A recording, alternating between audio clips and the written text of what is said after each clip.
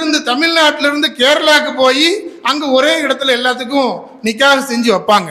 அவ்வளவு மக்பூலியத்துள்ள ஒரு பெரிய ஷக்சியத். அவங்க பல ஹிதுமத்துகள் செய்த பழுத்த பழம். பஹ்ருல் முஹம்மது அப்துல் அலியில் மதராசி ரலியல்லானுடைய பேர பிள்ளை அபு அய்யூபில் அன்சாரி ரலியல்லானுடைய குடும்பத்தை சார்ந்தவர்கள். சலாஹுதீன் முகமது அய்யூப் ரஹ்மத்துல்லாஹி குடும்பத்தை சார்ந்தவங்க. அவங்க பல பயான்களுக்கு போயிருக்கிறாங்க. ஆனால் அவங்க 1947 ஒரு கல்யாணத்துக்கு போகும் பொழுது ஒரு இளம் ஆலிம் ஒருத்தவங்க ரொம்ப அற்புதமாக பயான் பேசுகிறாங்க. நிக்காஹுக்கும் அல்லாஹ்வுடைய மாரிஃபத்துக்கும் உண்டான தொடர்பை அவங்க பேசுகிறாங்க. அல்லாஹ்வுடைய மாரிஃபத்தை குடும்ப வாழ்விலே எவ்வாறு நாம் புரிந்து கொள்வதுன்னு பேசுகிறாங்க. இதை கேட்ட உடனே இவங்களுக்கு ரொம்ப மெய்சிரிச்சு போயிடுச்சு.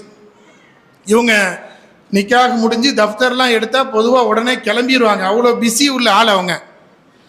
என்ன செய்கிறாங்க, இவங்க பின்னாடியே போய் அவங்கள சந்தித்து, நீங்கள் எங்கேருந்து வர்றீங்க, நீங்கள் இந்த இல்மு பேசுகிறீங்களே, இது எங்கேருந்து கிடைச்ச இல்மு எல்லாம் கேட்டு அவங்க சொன்னாங்க, என்னுடைய ஷெய்ഖ് கௌசி அலிஷா அக்பரி ரஹ்மத் அவங்க இருக்கிறாங்க, அவங்கள்ட்டேருந்து நான் படித்ததுன்னாங்க ரஹ்மத்துல்லாஹி அலைஹி.